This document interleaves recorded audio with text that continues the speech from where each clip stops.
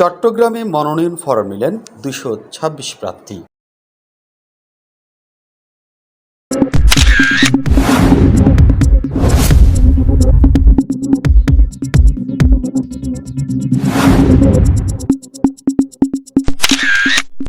ত্রয়োদশ জাতীয় সংসদ নির্বাচনে অংশ নিতে চট্টগ্রামের ১৬টি সংসদীয় আসনে মোট ২২৬ জন প্রার্থী মনোনয়নপত্র সংগ্রহ করেছেন।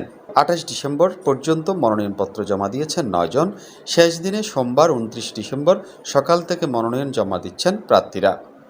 নির্বাচন কমিশন সূত্রে জানা গেছে, সবচেয়ে বেশি মনোনয়ন ফরম নেওয়া হয়েছে চট্টগ্রাম ৯ কোতোয়ালি আসনে ২৩টি এবং চট্টগ্রাম ১১ বন্দর আসনে ২২টি।